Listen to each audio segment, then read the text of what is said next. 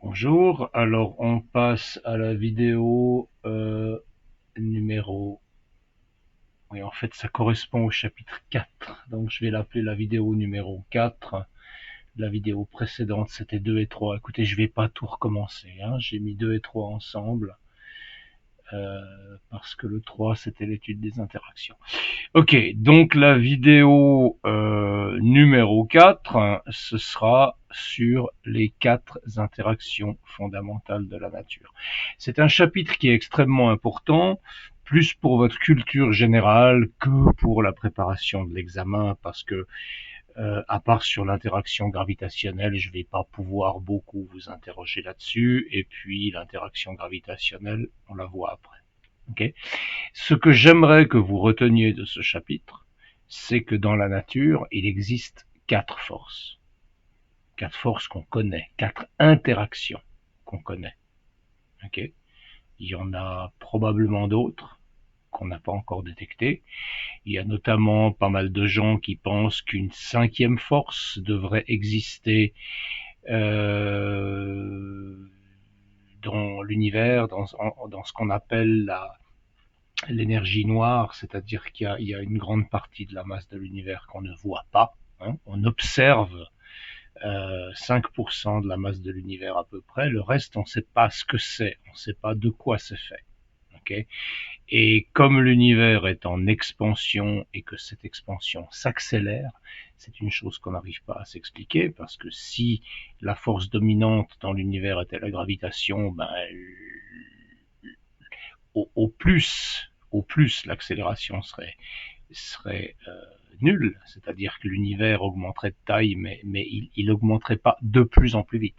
Et là, on observe que ça augmente de plus en plus vite, on n'arrive pas à expliquer ça avec la gravitation, donc on se dit que probablement il existe une 5e force qui est répulsive, mais et ça, j'imagine que dans le courant de votre vie, vous en entendrez parler, mais pour l'instant, on n'en sait rien. Okay. Pour l'instant, les 4 forces fondamentales qui existent dans la nature, c'est l'interaction gravitationnelle, numéro 1, la gravité. Numéro 2, l'interaction électromagnétique. Numéro 3, l'interaction nucléaire forte. Et numéro 4, l'interaction nucléaire faible.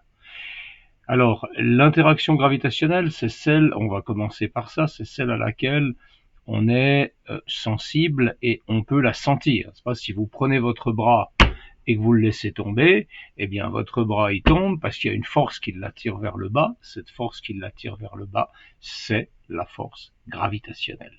Okay. Et on verra plus tard dans le cours que cette force gravitationnelle, quand elle s'exprime à la surface de la Terre, elle a des propriétés particulières et on lui donne un nom particulier, on l'appelle la force de pesanteur. Mais au niveau de la nature de la force, c'est la même chose, la force de pesanteur et la force gravitationnelle. Je ne vais pas m'étendre là-dessus parce que la force gravitationnelle, on va la travailler plus tard dans le cours, donc ça ne sert à rien que j'en parle maintenant. J'aimerais juste vous dire que la force gravitationnelle, elle a un certain nombre de propriétés qui sont remarquables. D'abord, la force gravitationnelle, c'est une force qui s'exerce entre tous les objets qui ont une masse. Donc si je prends deux objets, ce stylo et ce rouleau effaceur, ces deux objets ont chacun une masse, d'accord, c'est une masse faible, mais donc ils s'attirent entre eux gravitationnellement, avec une force qui est tellement faible que j'aurais de la peine à la mesurer, mais il y a une force qui s'exerce. Okay. Et puis ce stylo, il est évidemment attiré beaucoup plus fort par la Terre vers le bas que par mon ruban correcteur. Pourquoi? Parce que la Terre qui est en dessous, elle est beaucoup plus massive que le ruban correcteur, et donc la Terre, elle va exercer une attraction gravitationnelle sur ce stylo qui sera beaucoup plus importante qu'un petit objet qui se trouverait à côté. Mais vous devez imaginer que dans l'univers, chaque fois que vous avez un objet massif, vous avez une attraction gravitationnelle. Donc vous avez des attractions gravitationnelles entre tous les objets massifs et tous les autres objets massifs. Hein. Tout interagit gravitationnellement. Et l'interaction gravitationnelle, elle agit à une distance infinie. Parce qu'on le verra plus tard, elle diminue comme 1 sur la distance au carré, mais ça veut dire qu'elle diminue, mais elle ne devient jamais formellement 0. Okay. Donc l'interaction gravitationnelle, elle gouverne la structure de l'univers. L'interaction électromagnétique, c'est quelque chose de plus compliqué que vous verrez un peu en troisième année, mais enfin, ça reste des choses relativement compliquées. Qu'est-ce qu'une interaction électromagnétique? Eh bien, c'est le mélange d'effets électriques et d'effets magnétiques. Les effets magnétiques, vous pouvez les observer quand vous placez deux aimants un à côté de l'autre. Selon quel pôle de l'aimant vous mettez à proximité, il y a soit une répulsion, soit une attraction. Et de manière un peu semblable, mais pas totalement semblable, les charges électriques, elles s'attirent quand elles sont de signes opposés et elles se repoussent quand elles sont de même signe. Okay? C'est pour ça que les électrons, ils sont attirés, et les électrons sont négatifs électriquement, ils sont attirés par le noyau de l'atome parce que le noyau de l'atome, il est chargé positivement. Donc je vous le disais, les atomes, ils tiennent ensemble grâce à des forces, entre autres électromagnétiques.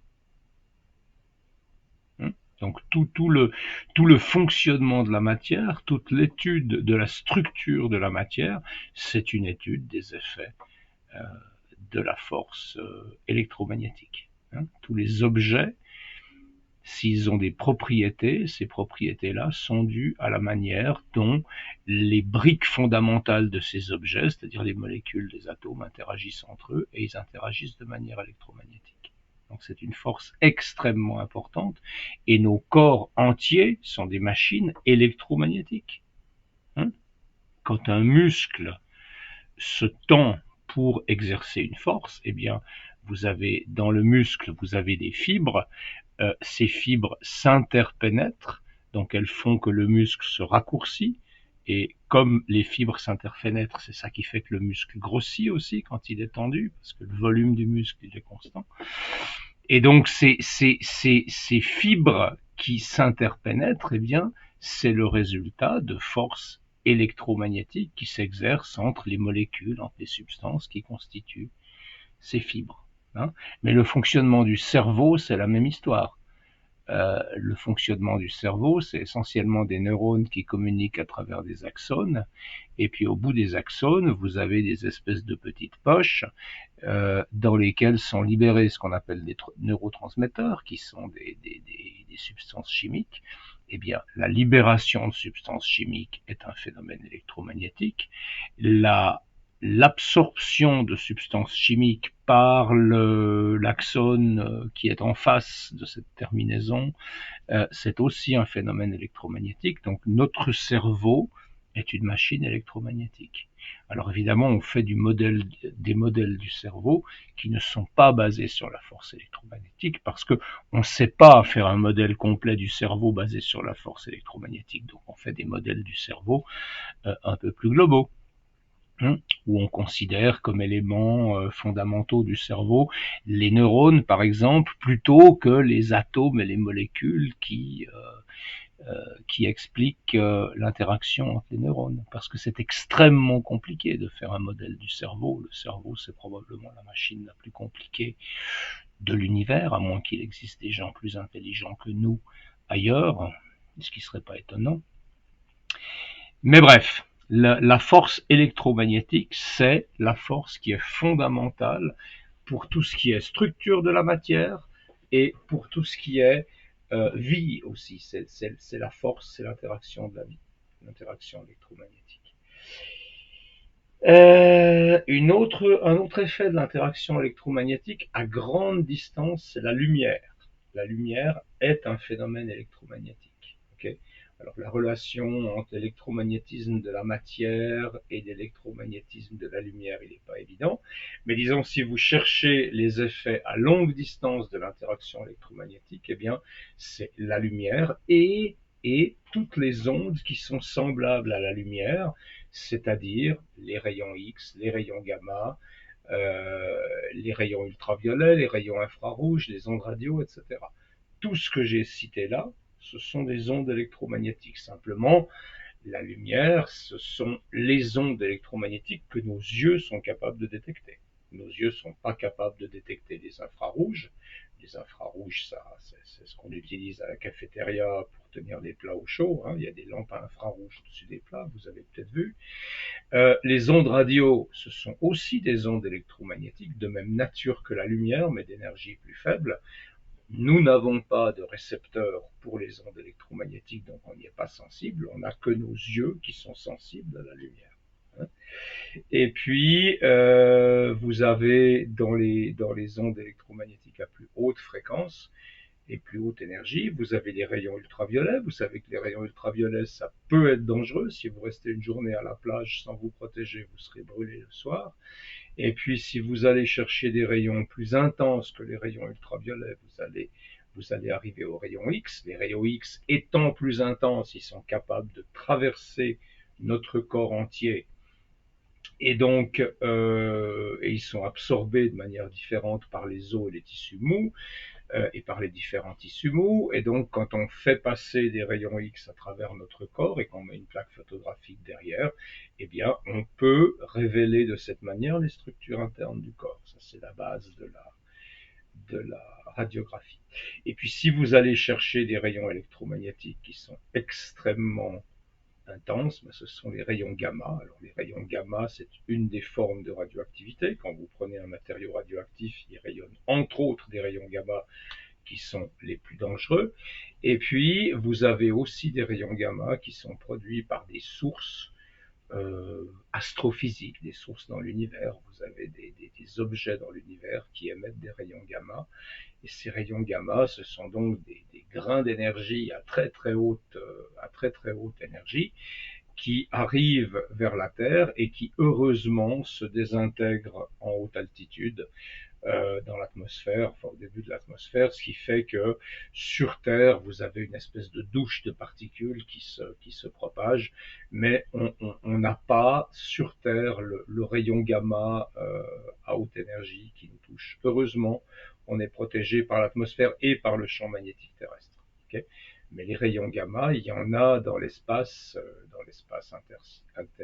interplanétaire, et ça constitue un risque assez important pour le voyage spatial.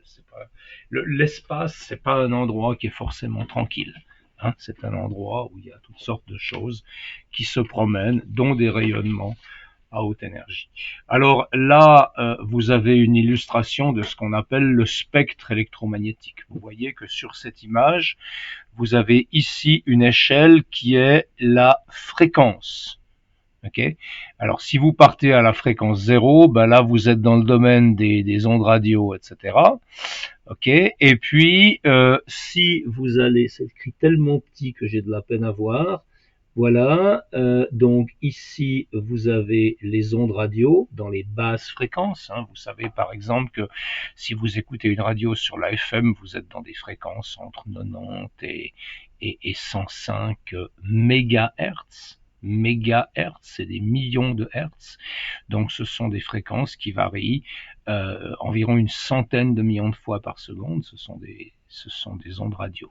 Et puis, si vous allez à plus haute fréquence, eh bien, vous êtes là dans les infrarouges. Puis ensuite, vous avez cette petite région là qui est la lumière visible.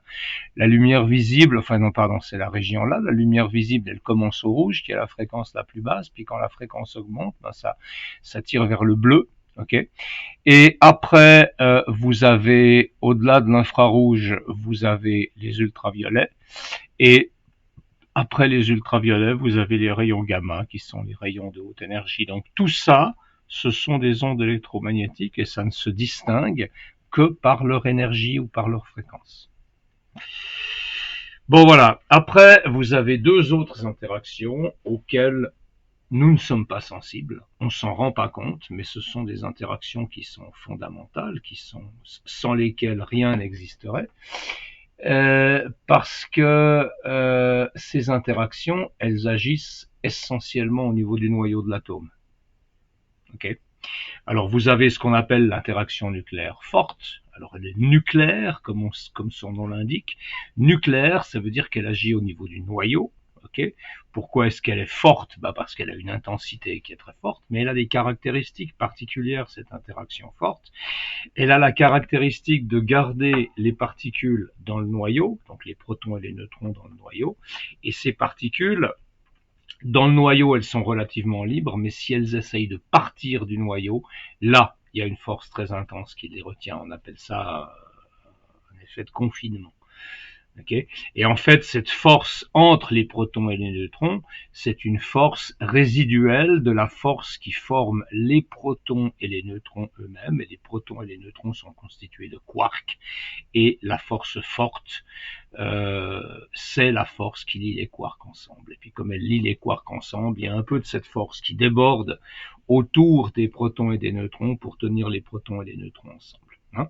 Si vous réfléchissez un tout petit peu sur la base de ce que je vous ai dit avant, les protons sont tous positifs, les neutrons sont tous neutres, donc quand vous mettez beaucoup de protons ensemble dans un noyau, ils se repoussent, parce qu'ils ont tous la même charge électrique. Et donc il faut une force plus forte que l'interaction électromagnétique, de répulsion entre les charges de même signe, il faut une interaction plus forte pour garder les protons à l'intérieur du noyau, et cette force plus forte, c'est ce qu'on appelle l'interaction forte. Alors, elle a une portée qui est très très courte, l'interaction forte, elle agit uniquement au niveau du noyau, donc vous n'allez pas en voir d'effet à longue distance, etc. Elle va être responsable du comportement du noyau, de la désintégration du noyau, etc., etc. Et puis vous avez une autre interaction à laquelle vous n'êtes pas sensible du tout non plus, enfin moi non plus d'ailleurs, qui est ce qu'on appelle l'interaction nucléaire faible. Alors pourquoi faible? Parce qu'elle a une intensité qui est plus faible que l'interaction forte, et c'est aussi une interaction nucléaire, elle se produit dans le noyau.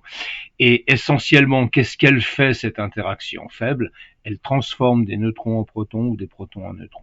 Hein, vous pouvez avoir un neutron qui se transforme en proton ou un proton qui se transforme en neutron en même temps que l'émission d'un électron, un antineutrino ou un antiélectron, un neutrino, etc. Et cette force-là, c'est par exemple la force qui permet au Soleil de fonctionner.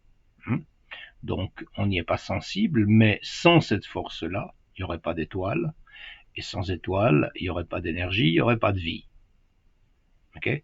Alors comment ça fonctionne une étoile? Une étoile, comme le Soleil, une étoile relativement jeune, c'est une immense boule d'hydrogène.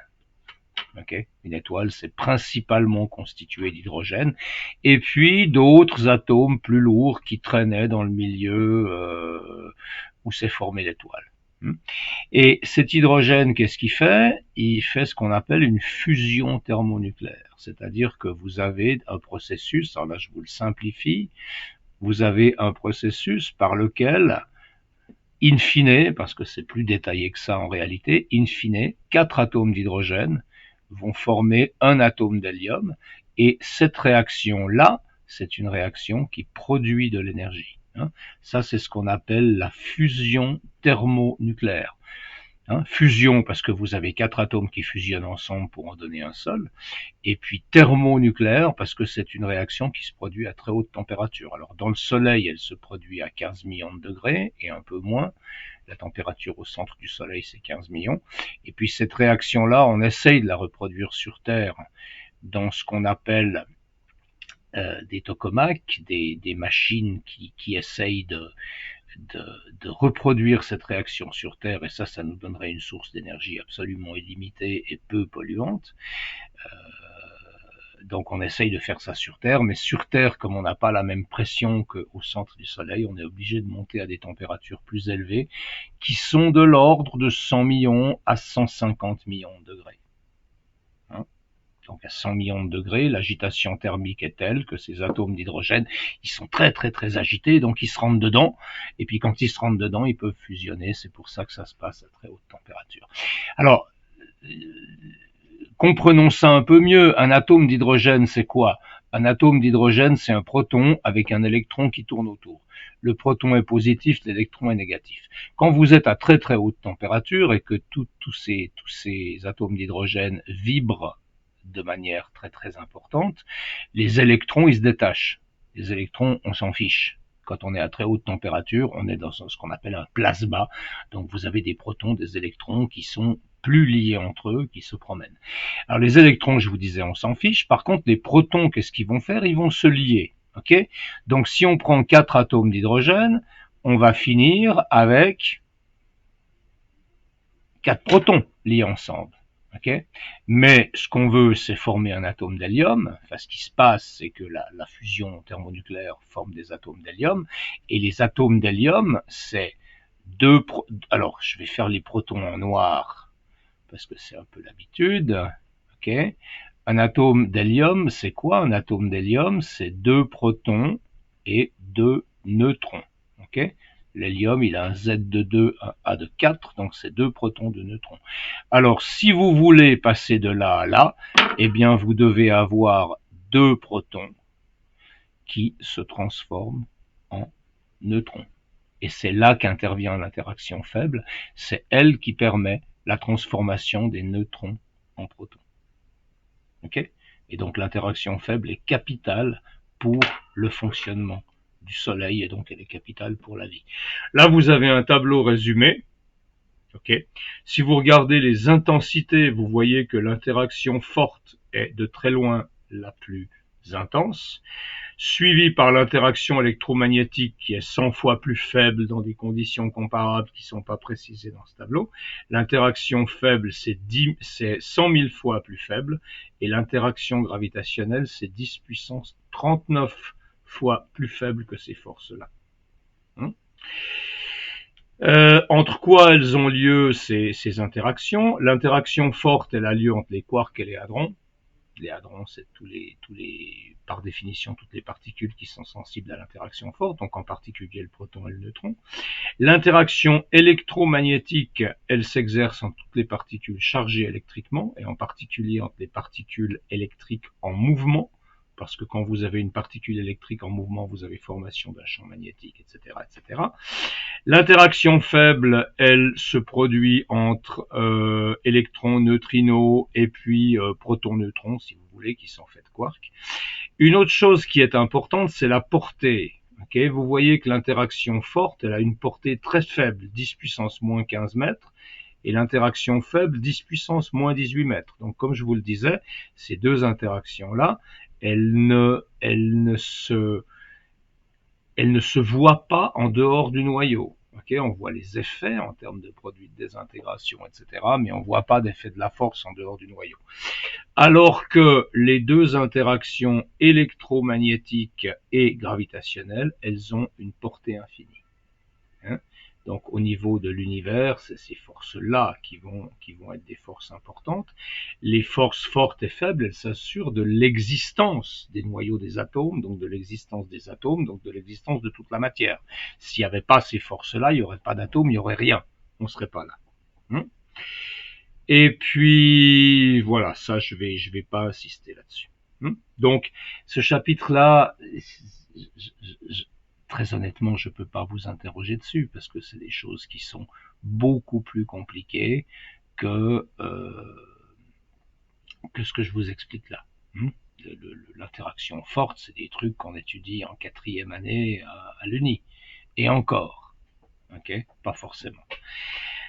Donc, je ne vais pas vous interroger là-dessus, mais j'aimerais que pour des questions de culture générale, vous ayez une vague idée du fait que toutes les forces dont on vous parle, parce que dans le cours, on vous parle de force au niveau macroscopique, donc on vous parle de la force de frottement, on vous parle de la force de tension, on vous parle de la force de réaction d'un objet, on vous parle de toutes sortes de choses, mais toutes ces forces dont on vous parle, elles viennent d'une de ces 4 interactions fondamentales.